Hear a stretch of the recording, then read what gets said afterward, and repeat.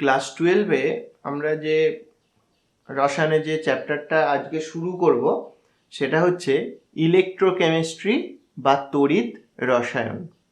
এই ইলেকট্রোকেমিস্ট্রি বা তড়িৎ রসায়নের প্রথম টপিক হলো ইলেকট্রোকেমিক্যাল সেল বা তড়িৎ রাসায়নিক কোষ। এখন আমরা জেনে নেব যে তড়িৎ রাসায়নিক কোষ কাকে বলে। দেখো, যে ব্যবস্থা বা যে সেটআপের মধ্যে আমরা তড়িৎ শক্তি থেকে রাসায়নিক শক্তি বা রাসায়নিক শক্তি থেকে তড়িৎ শক্তি এর পরস্পরের রূপান্তর সম্ভব, সেগুলোকেই আমরা বলি ইলেকট্রোকেমিক্যাল সেল। অর্থাৎ ইলেকট্রোকেমিক্যাল সেট হলো একটা এমন সেটআপ যার মধ্যে আইদার তড়িৎ শক্তি রাসায়নিক শক্তিতে রূপান্তরিত হবে বা রাসায়নিক শক্তি তড়িৎ শক্তিতে রূপান্তরিত হবে। দুটো ঘটনা যেখানেই ঘটুক না কেন, যে কোনো একটা, তখনই সেটাকে আমরা একটা টাইপ অফ ইলেকট্রোকেমিক্যাল সেল এটা আমরা বলবো। এবার দেখো, যে আমরা ইলেকট্রোকেমিক্যাল সেল এর কথা বললাম সেটা দুটো টাইপের হতে পারে। সেগুলো কি কি?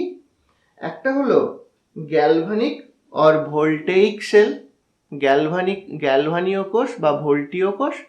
আর একটা হচ্ছে ইলেকট্রোলাইটিক সেল, অর্থাৎ তড়িৎ বিশ্লেষ্য কোষ বা তড়িৎ বৈশ্লেষিক কোষ। তাহলে আমরা দেখছি যে ইলেকট্রোকেমিক্যাল সেল সেটা দুটো টাইপ যেটা হতে পারে, আর একবার উল্লেখ করে দিচ্ছি, গ্যালভানিক আর ভোল্টাইক, ইলেকট্রোলাইটিক সেল দু ধরনের। এখন এই যে আমরা গ্যালভানিক আর ভোল্টাইক সেলের কথা বলছি বা ইলেকট্রোলাইটিক যে সেলের কথা বলছি, এই দুটোর একটা তুলনা প্রথম আমরা দেখে নেব।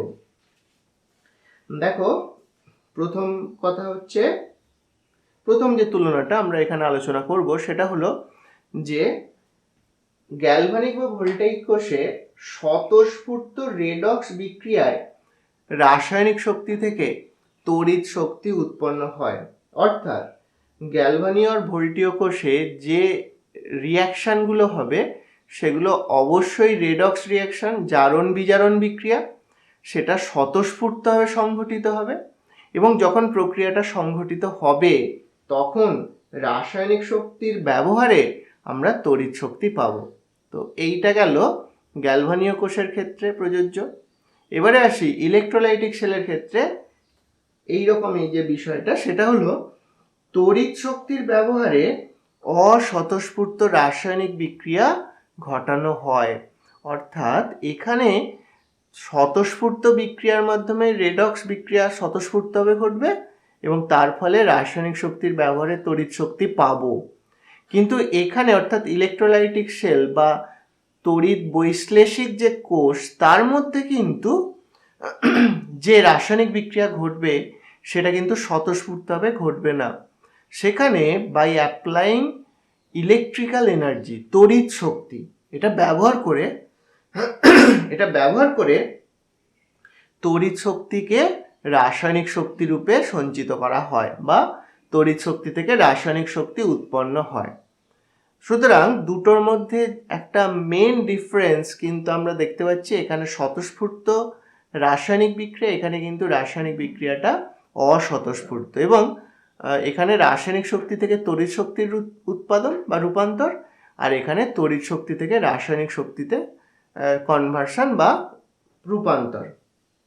নেক্সট দেখো, উভয় ক্ষেত্রেই অর্থাৎ আমাদের গ্যালভানীয় এবং হচ্ছে ইলেকট্রোলাইটিক, গ্যালভানীয় অর ভোল্টেইক এবং ইলেকট্রোলাইটিক দুটো ক্ষেত্রে আমাদের দেখো অ্যানোড এবং ক্যাথোডের যে চার্জ বা আধান থাকে সেগুলো কিন্তু দেখো ভিন্নধর্মী। খেয়াল করো, এদিকটা গ্যালভানীয় কোষের জন্য, তো আমরা দেখতে পাচ্ছি যে এই ক্ষেত্রে অ্যানোডটা হবে নেগেটিভ, এই ক্ষেত্রে অ্যানোড হবে পজিটিভ ইলেকট্রোলাইটিক সেলের ক্ষেত্রে। আর অন্যদিকে এখানে ক্যাথোডটা পজিটিভ আর এখানে ইলেকট্রোলাইটিক সেলে ক্যাথোডটা কিন্তু নেগেটিভ। সুতরাং ক্যাথোড এবং অ্যানোড এদের যে চার্জ, এদের চার্জের ভিত্তিতেও কিন্তু তারা আলাদা বা ডিফারেন্ট। নেক্সট পয়েন্টে আসি, গ্যালভানীয় বা ভোল্টীয় কোষের ক্ষেত্রে ক্যাথোড ও অ্যানোড তাদের জন্য এক একটা কক্ষ বা কম্পার্টমেন্ট করা যেতে পারে।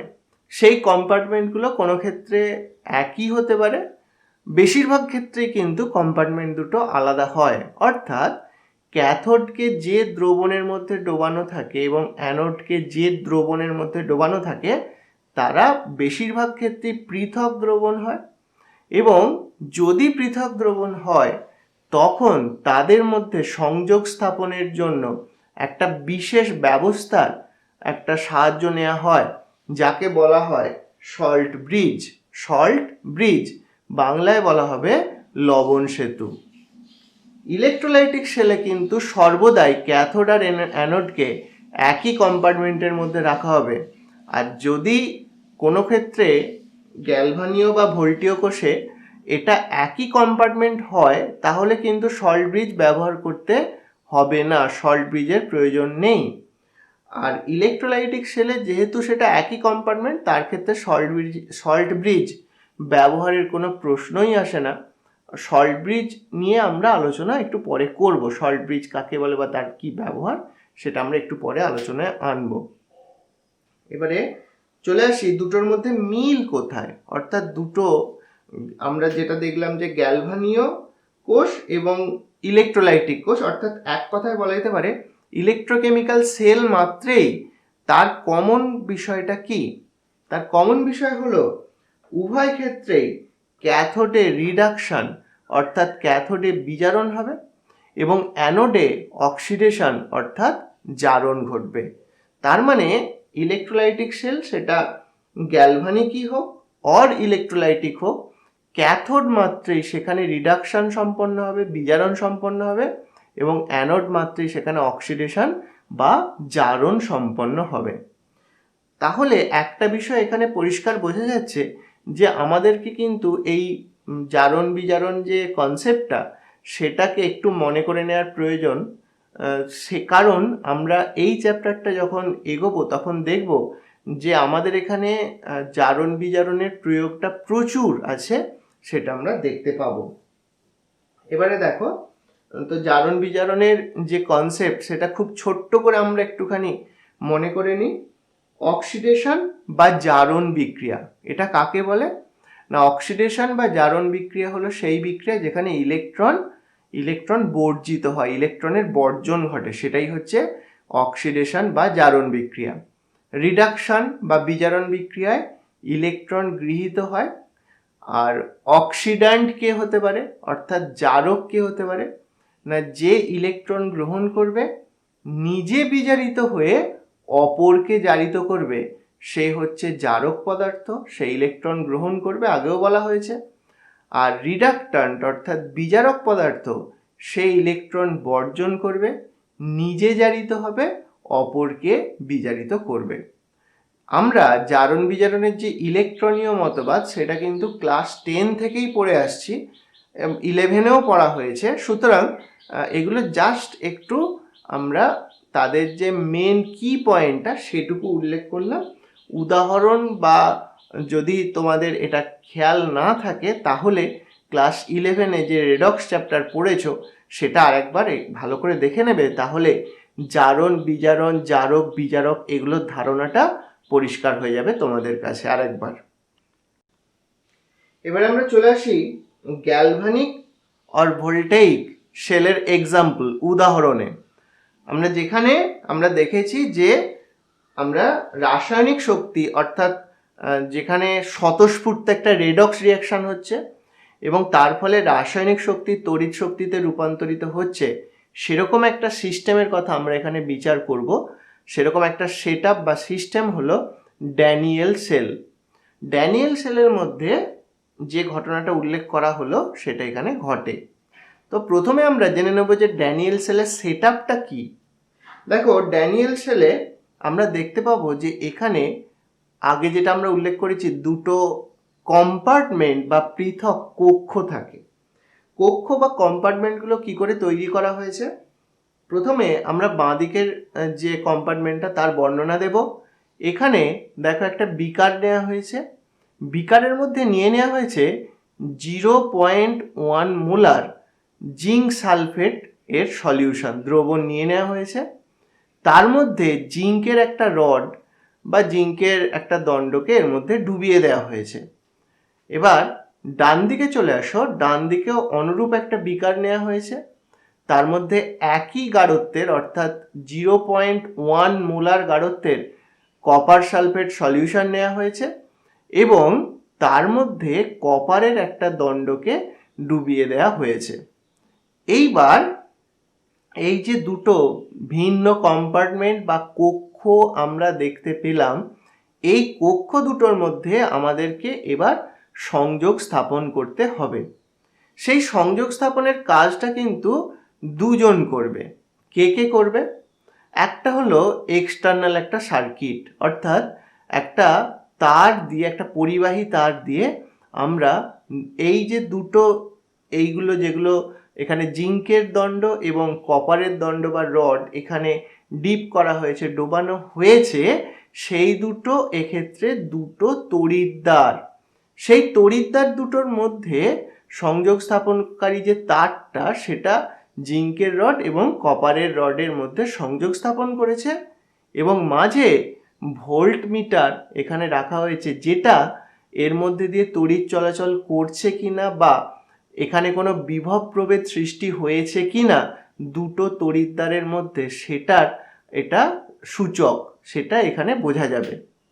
আরেকটা বিষয়, এইখানে একটা ব্যাপার লক্ষ্য করো যে যদি আমরা এই তড়িৎদ্বারের সঙ্গে এই তড়িৎদ্বারের সংযোগ স্থাপন করি একটা এক্সটার্নাল একটা তার দিয়ে বা একটা পরিবাহী তার যোগ করে, তার সঙ্গে আর একটা বিষয় এখানে অত্যন্ত গুরুত্বপূর্ণ, যেটা হলো এই সল্ট ব্রিজ, যেটা একটা দ্রবণের সঙ্গে আর একটা দ্রবণকে পৃথক রেখে তাদের মধ্যে সংযোগ স্থাপনে সাহায্য করে। আমরা পরে দেখব যে এখানে জিঙ্কের দণ্ড থেকে কপারের দণ্ডের দিকে ইলেকট্রনের ফ্লো ঘটছে, এই পথে জিঙ্কের রড থেকে কপারের রডের দিকে ইলেকট্রনের ফ্লো ঘটে। আমরা জানি একটা সার্কিট সর্বদা কমপ্লিট করতে হয়, সুতরাং এখানে এদিক থেকে এদিকে যেহেতু নেগেটিভ চার্জের ফ্লো হচ্ছে, আমরা কনভেনশন অনুযায়ী ধরে নিই যে এর বিপরীত দিকে পজিটিভ চার্জের ফ্লো, অর্থাৎ তড়িৎ যে প্রবাহিত হচ্ছে তার অভিমুখটা এদিকে। সুতরাং যেহেতু এটা বাইরের সার্কিট দিয়ে একটা তড়িতের পজিটিভ চার্জের প্রবাহ ঘটছে বা তড়িতের প্রবাহ ঘটছে, সুতরাং আমাদের কিন্তু আরেকটা কোনো ব্যবস্থা থাকতে হবে যেখানে পজিটিভ তড়িৎ এই পথে আবার আসবে, কারণ তবে একটা ফুল সার্কিট বা একটা বদ্ধ বর্তনী তৈরি হবে। বদ্ধ বর্তনী যদি না হয়, আমরা পড়েছি বা আমরা জেনেছি যে সেক্ষেত্রে কিন্তু ইলেকট্রিসিটির ফ্লো হতে পারে না স্বতঃস্ফূর্তভাবে। সুতরাং এই সার্কিটটা কমপ্লিট করার কাজ কিন্তু আমাদের এই তারটার তো রয়েছেই, তার সঙ্গে অতীব গুরুত্বপূর্ণ ভূমিকা পালন করে এই সল্ট ব্রিজ বা লবণ সেতু। সল্ট ব্রিজ নিয়ে আরও আলোচনা আমরা পরে করব। এবারে দেখে নেওয়া যাক যে এর মধ্যে কি কি ঘটনা ঘটছে। দেখো, যখন জিঙ্ক সালফেট এর দ্রবণে জিঙ্কের রডকে ডোবানো হলো, তখন কি ঘটবে? এই জিঙ্কের রড থেকে, যেটা কিনা অ্যানোড হিসাবে কাজ করবে, ড্যানিয়েল সেল, যেটা একটা বিশেষ প্রকারের ভোল্টেইক সেল বা গ্যালভানিক সেল, তার উদাহরণের আমরা দেখেছি এটা ড্যানিয়েল সেল। তো সেখানে জিঙ্কের রড থেকে কিছু জিঙ্কের পরমাণু ইলেকট্রন ত্যাগ করে দ্রবণে চলে আসবে। এখানে খেয়াল করে দেখো ইকুয়েশনটা, জিঙ্ক সলিড থেকে Zn2+ অ্যাকুয়াস +2 ইলেকট্রন, অর্থাৎ জিঙ্ক সলিড এখানে যেটা ছিল সেটা Zn2+ হয়ে দ্রবণে চলে আসছে এবং দুটো করে ইলেকট্রন ত্যাগ করছে। সেই ইলেকট্রনগুলো কোথায় থাকবে না, এই ইলেকট্রনগুলো যে জিঙ্কের রডটা, যে পরমাণুগুলো এখনো ইলেকট্রন ত্যাগ করে বেরিয়ে আসেনি, তাদের দ্বারা নির্মিত যে রডটা, তারতেই কিন্তু ইলেকট্রনগুলো থেকে যাবে। অর্থাৎ ক্রমশ এই রডটা কিন্তু এরকম ইলেকট্রন জমা হয়ে নেগেটিভলি চার্জ বা ঋণাত্মক আধানগ্রস্ত হয়ে থাকবে। এবারে চলে আসি কপারের দিকে, অর্থাৎ কপার সালফেট এবং কপারের দণ্ডের দিকে কি ঘটনা ঘটছে সেই আলোচনায়। এখানে দেখো কপার সালফেট দ্রবণে যে Cu2+ আয়ন আছে তারা এসে এই কপার হচ্ছে একটা ধাতু, আমরা জানি যে কোনো ধাতুতেই কিছু পরিমাণ মুক্ত ইলেকট্রন থাকে। তো সেই মুক্ত ইলেকট্রনের কিছু মুক্ত ইলেকট্রনকে Copper2+ টেক আপ করে নিয়ে তারা কিন্তু এর গায়ে জমা হয় এবং এটা একটু পুরু বা তার থিকনেস বেড়ে যাবে, একটু মোটা হয়ে যাবে। Cu2+ দুটো ইলেকট্রন গ্রহণ করে কপারে রূপান্তরিত হয়ে এই দণ্ডের গায়ে জমা হচ্ছে। তাই এখানে যে ঘটনাটা ঘটবে সেটা হলো যে এই দণ্ডটা থেকে ইলেকট্রনের পরিমাণ কমে যাওয়ার জন্য এটা পজিটিভলি চার্জ বা ধনাত্মক আধানগ্রস্ত হয়ে যাবে। এইবার যদি আমরা একটা এক্সটার্নাল সার্কিট এবং সল্ট ব্রিজ দুটোই আমরা যোগ করে দিই, তখন ইলেকট্রন যেহেতু এখানে এক্সেস আছে এবং এই দণ্ডে কিন্তু ইলেকট্রনের চাহিদা আছে, এইদিকে ইলেকট্রনের গ্রহণ হচ্ছে, এদিকে ইলেকট্রনের বর্জন হচ্ছে। সুতরাং এই দিকের দণ্ডে যেহেতু ইলেকট্রনের চাহিদা আছে, সেই চাহিদা পূরণ করার জন্য এই ওয়্যার বা তার ধরে ইলেকট্রন জিঙ্কের রড থেকে ক্রমশ কপারের রডের দিকে চলে আসতে থাকবে এবং আরও Cu2+ যেগুলো দ্রবণের মধ্যে আছে সেগুলো আরও ইলেকট্রন পাবে, ইলেকট্রনের সোর্স বা উৎস পাবে এবং তখন এই দণ্ডে আসবে, ইলেকট্রন গ্রহণ করবে এবং ক্রমশ দণ্ডের গায়ে জমা হবে বা নিচেও কিছুটা থিতিয়ে পড়বে। সুতরাং যত সময় যাবে ধীরে ধীরে এই দিকের যে দ্রবণ আছে তার থেকে Cu2+ এর গাঢ়ত্ব কিন্তু হ্রাস পাওয়ার উপক্রম হবে, আর এদিকে Zn2+ যেহেতু দ্রবণে ক্রমশ চলে আসছে, সুতরাং এই দিকের দ্রবণে Zn2+ এর গাঢ়ত্ব কিন্তু ক্রমশ বৃদ্ধি পাবে। সুতরাং এইটা দেখো, এখানে আরো দু একটা বিষয় আলোচনা করব। তার মধ্যে একটা আলোচনার বিষয় হলো, খেয়াল করো এদিকে কিন্তু অক্সিডেশন বা জারণ বিক্রিয়া চলছে। তাহলে অক্সিডেশন বা জারণ বিক্রিয়া যদি চলে, আমরা এই দিকের যে অংশটাকে, এই সেটআপটাকে বা কম্পার্টমেন্টটাকে আমরা বলবো অক্সিডেশন হাফ শেল, জারণ অর্ধকোষ, এবং এদিকে দেখো প্রক্রিয়াটা বিজারণ। তাই এই দিকের যে কম্পার্টমেন্ট বা কক্ষ তাকে আমরা বলবো reduction half cell, oxidation half cell, reduction half cell. এইবার আরেকটা বিষয়, অত্যন্ত গুরুত্বপূর্ণ বিষয় যেটা আমাদেরকে বুঝে নিতে হবে, সেটা হলো এই যে আমরা যে ড্যানিয়েল শেলের কথা বলেছি তাতে একটা সমস্যা তৈরি হতে পারে। কি সমস্যা সেটা দেখো, এখানে আমরা দেখতে পাচ্ছি যে দ্রবণে যখন আমরা দ্রবণটা প্রথমে নিয়েছিলাম সেটা হচ্ছে 0.1 মোলার ZnSO4। তাহলে ZnSO4 আয়নে ভাঙলে Zn2+ এবং SO4 2- উৎপন্ন হবে। যেহেতু দ্রবণের গাঢ়ত্ব 0.1 মোলার, তাই এখানেও এটা 100% আয়নিত হচ্ছে, এটা ধরে নেওয়া হচ্ছে। এখানে 0.1 মোলার, এখানেও 0.1 মোলার, এই দুটো আয়ন কিন্তু প্রাথমিক অবস্থায় থাকবে। এবার ডান দিকের ক্ষেত্রটাও লক্ষ্য করো, অর্থাৎ যেটা হচ্ছে আমাদের ক্যাথোডের দিকে, যেটা হচ্ছে রিডাকশন হাফ শেল, তার দিকটা লক্ষ্য করো। এখানেও কিন্তু কপার সালফেট আয়নিত হলে Cu2+ তৈরি হবে, SO4 2- ফর্ম করবে। যেহেতু তাদের গাঢ়ত্ব 0.1, সুতরাং এটাও 0.1 মোলার প্রাথমিক অবস্থায়, এটাও 0.1 মোলার প্রাথমিক অবস্থায় তৈরি হবে। তাহলে প্রাথমিক অবস্থায় ক্যাটায়ন এবং অ্যানায়ন তাদের যে গাঢ়ত্ব, এবং এখানেও ক্যাটায়ন অ্যানায়নের যে কার্যকরী গাঢ়ত্ব, দুজনের ক্যাটায়নের সঙ্গে অ্যানায়নের সমান, এদিকেও একই ব্যাপার, ক্যাটায়নের সঙ্গে অ্যানায়নের গাঢ়ত্ব সমান হয়ে যাচ্ছে, কার্যকরী গাঢ়ত্বটা সমান। দেখো আমরা এক্সটার্নাল সার্কিট এবং সল্ট ব্রিজ যোগ করার পর যখন ইলেকট্রন জিঙ্কের দণ্ড থেকে কপারের দণ্ডের দিকে তার যে ক্রমশ যে ফ্লো সেটা যখন ঘটবে, তখন একটা অত্যন্ত গুরুত্বপূর্ণ বিষয় যেটা আমাদের কনসিডার করতে হবে সেটা হলো এই, আমরা দেখবো যে অ্যানোডের দিকে Zn2+ এর গাঢ়ত্ব কিন্তু, যেহেতু সেটা Zn2+টা জিঙ্কের দণ্ড থেকে দ্রবণে আসছে, Zn2+ এর গাঢ়ত্ব ক্রমশ বৃদ্ধি পেতে থাকবে। আর সালফেট আয়নের গাঢ়ত্ব কিন্তু একদম সমান, মানে কোনো তার মধ্যে পরিবর্তন হচ্ছে না। সালফে SO4 2- অপরিবর্তিত থাকবে, অর্থাৎ তার গাঢ়ত্বটা 0.1 মোলারেই কনস্ট্যান্ট থাকবে। যদি আমরা রাইট হ্যান্ডে অর্থাৎ রিডাকশন হাফ শেলে চলে আসি, সেখানে কিন্তু কপার 2+ ক্রমশ দণ্ডের গায়ে জমা হচ্ছে। সুতরাং ধীরে ধীরে কপার 2+ এর গাঢ়ত্ব কিন্তু রিডাকশন হাফ শেলে কমতে থাকবে। যত শেলটা এগোতে থাকবে, শেলের মধ্যে যে রিয়াকশনটা, স্বতঃস্ফূর্ত রিয়াকশন চলতে থাকবে, তত কিন্তু ধীরে ধীরে কপার 2+ এর গাঢ়ত্ব হ্রাস পেতে থাকবে। এখন দুটো ঘটনার ইম্প্যাক্টটা কি যদি লক্ষ্য করো, তাহলে এখানে দেখো Zn2+ এর গাঢ়ত্ব বৃদ্ধি পাওয়ার অর্থ পজিটিভ চার্জ আগে যতগুলো পজিটিভ, এটা সেলটা স্টার্ট হওয়ার আগে যতগুলো পজিটিভ ছিল ততগুলোই নেগেটিভ ছিল, অর্থাৎ ওভারঅল চার্জটা নিউট্রাল ছিল। এখানেও ঠিক তাই, ওভারঅল চার্জটা নিউট্রাল বা জিরো ছিল। কিন্তু সময়ের সঙ্গে Zn2+ এর পরিমাণ যখন বৃদ্ধি পেয়ে যাচ্ছে, তখন এখানে কিন্তু পজিটিভ চার্জের মান বেড়ে যাবে, আর এটা নেগেটিভ চার্জটা কিন্তু কনস্ট্যান্ট আছে। অর্থাৎ ওভারঅল বাঁদিকের যে দ্রবণটা আছে সেটা ওভারঅল পজিটিভলি চার্জড হয়ে যেতে চাইবে।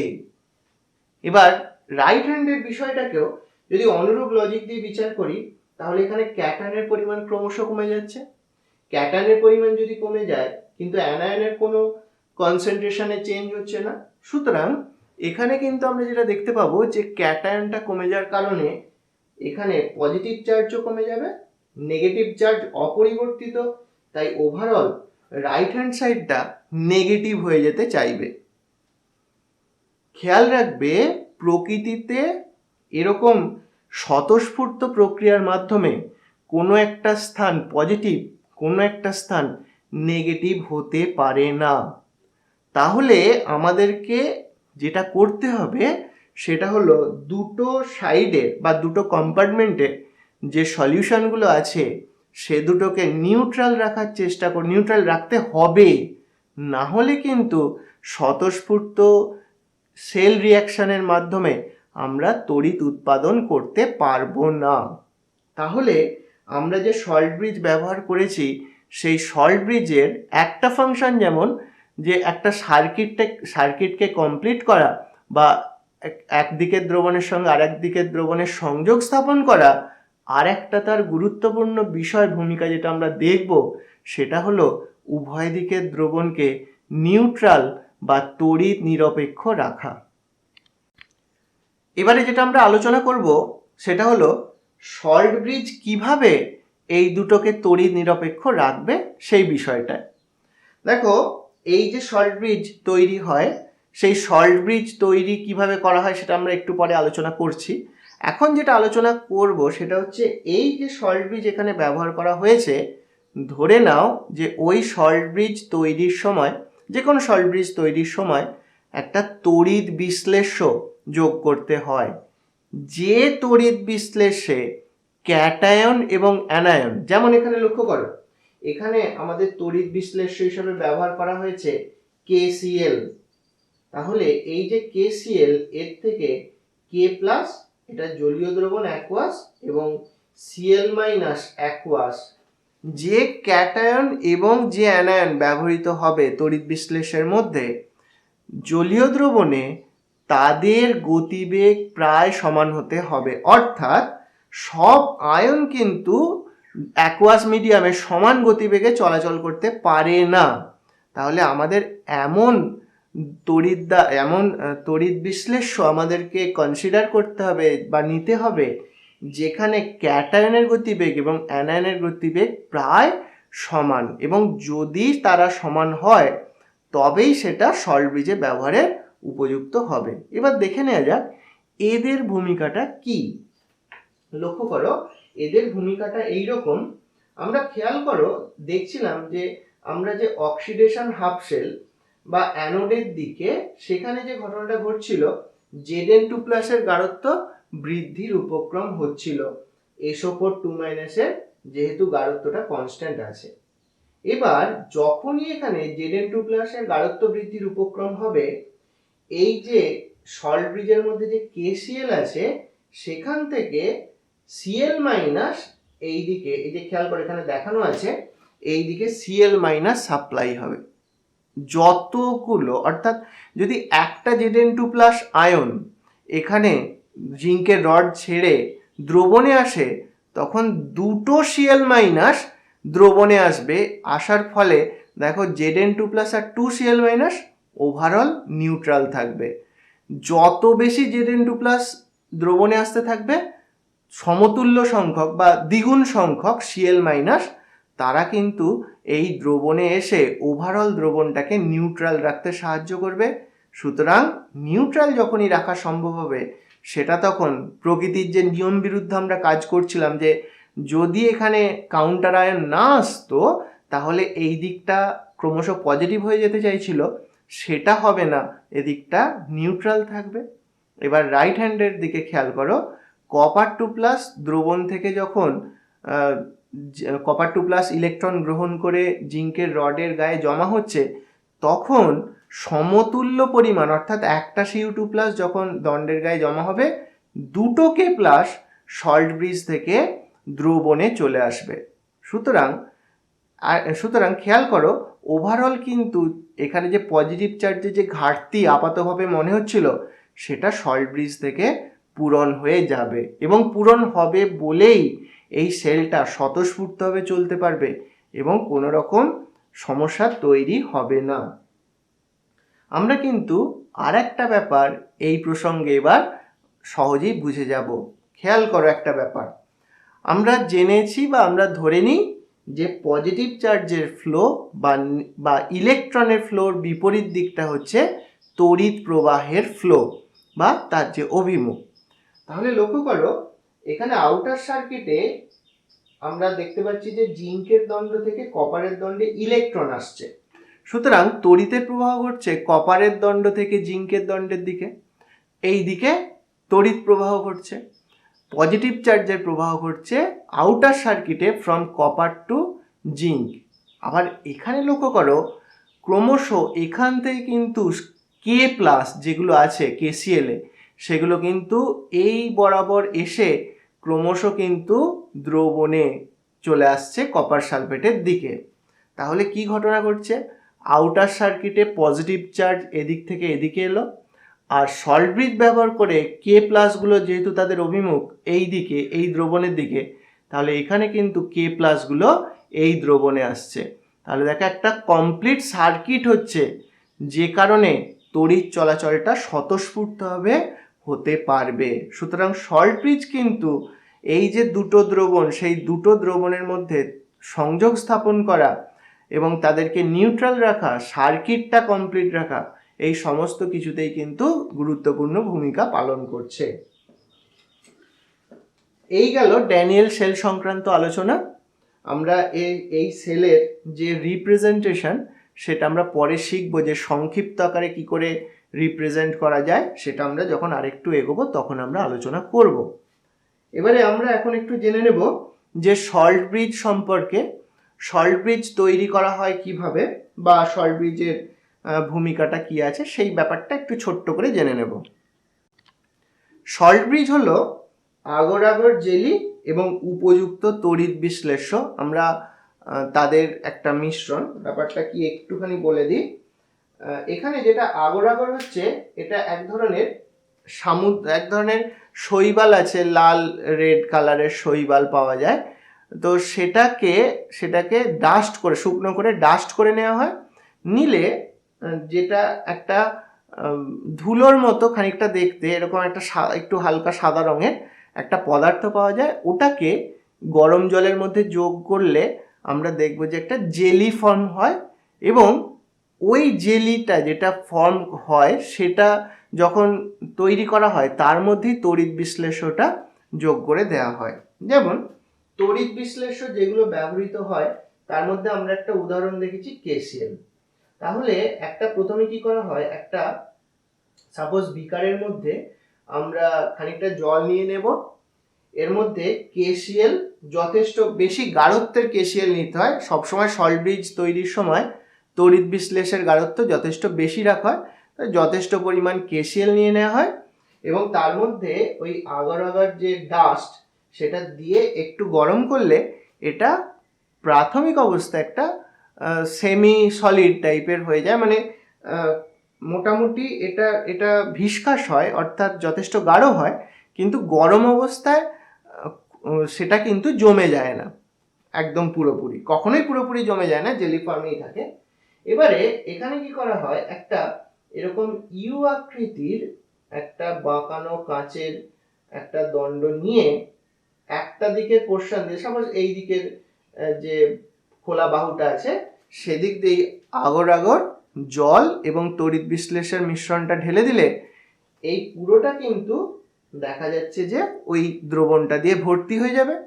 এই অবস্থায় এটাকে কিছুক্ষণ রেখে দিলে বা প্রয়োজন হলে ফ্রিজের মধ্যে রেখে দিলে দ্রুত ঠান্ডা হবে এবং এর ভেতরটা কিন্তু পুরোপুরি সলিড হবে না, জেলি ফর্মেই থাকবে, অর্থাৎ আয়নের চলাচলটা কিন্তু সম্ভব জেলি ফর্মেও। কিন্তু ঠান্ডা হয়ে গেলে তারপর এটাকে যদি উল্টে এই অবস্থাতেও নিয়ে আসো, এরকমও যদি করে দাও, তখন কিন্তু এর ভেতর থেকে কোনো দ্রবণ কিন্তু বাইরে চলে আসবে না, কারণ ভেতরটা জেলির মতো হয়ে যায়, অনেকটাই শক্ত হয়ে যায়। তো সেক্ষেত্রে আমরা এইভাবে সল্ট ব্রিজটা তৈরি করা হয়। সল্ট ব্রিজের তড়িৎ বিশ্লেষ্যর যে বৈশিষ্ট্য একটা আমরা দেখেছি, ক্যাটায়ন আর অ্যানায়ন যেটা তড়িৎ বিশ্লেষ্যে থাকে তাদের বেগ দ্রবণে প্রায় সমান হতে হবে, এটা আগেই উল্লেখ করেছি। আরেকটা বিষয়, যে তড়িৎ বিশ্লেষ্যে যে ক্যাটায়ন বা অ্যানায়ন যেটা তড়িৎ বিশ্লেষ্যে থাকবে সেটা কিন্তু কোষ বিক্রিয়ায় অংশ নিলে হবে না, অর্থাৎ সেটা যে আয়নগুলো আমরা যেমন আগে দেখেছি যে এখানে যে ড্যানিয়েল সেলের কথা আলোচনা করেছি, সেখানে Zn2+ SO4 2-, এই যে আমরা এখানে বা এখানে Copper2+ SO4 2-, এরকম জিঙ্ক বা কপার বা সালফেট এইগুলোকে কিন্তু এই ড্যানিয়েল সেলের ক্ষেত্রে তড়িৎ বিশ্লেষ্য হিসাবে আমরা নেব না, তাহলে কোষ বিক্রিয়া অংশ নেয় না, এরকম কোনো একটা কিছু আমরা এখানে নেব। সালফেটটা নেওয়া যেতে পারে যদি উপযুক্ত সেরকম তড়িৎ বিশ্লেষ্য নেওয়া যায়, কিন্তু Zn2+ বা Cu2+ এগুলো নেওয়াটা উচিত নয় এই ক্ষেত্রে। এবারে দেখো সল্ট ব্রিজের যে ফাংশনগুলো আছে, অর্ধকোষ দুটোকে পৃথক রাখে কিন্তু তাদের মধ্যে সংযোগ স্থাপন করে, এটা আমরা দেখেছি, এবং দ্রবণ দুটিকে তড়িৎ নিরপেক্ষ রেখে স্বতঃস্ফূর্ত বিক্রিয়া ঘটাতে সাহায্য করে এবং তড়িৎ প্রবাহ চলতে থাকে। তাহলে সল্ট ব্রিজের যে ফাংশনগুলো সেগুলো আমরা যখন ড্যানিয়েল কোষের আলোচনা করেছি তখনই এই ফাংশনগুলো, তার ক্রিয়াকলাপ কি, সেগুলোর অনেকটাই আলোচনা করেছি। আমরা এবার এগুলো একটু ভালো করে বই থেকে এবার দেখে নেব, তাহলে আমাদের কাছে বিষয়গুলো আরও ক্লিয়ার হয়ে যাবে।